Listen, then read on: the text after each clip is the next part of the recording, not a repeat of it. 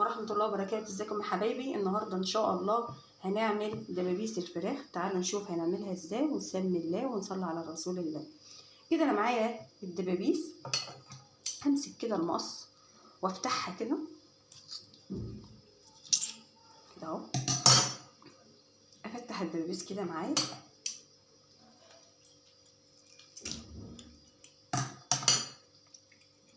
اهي، افتحها كده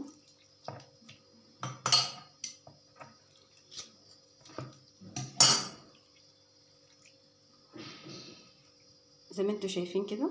هنعمل التتبيله بتاعتنا كده عشان تبقى فراخ حلوه كده ومقرمشه. احنا هنعملها فراخ مقرمشه، هنسمي الله كده. انا معايا صلصه، واحط بقى الملح، واحط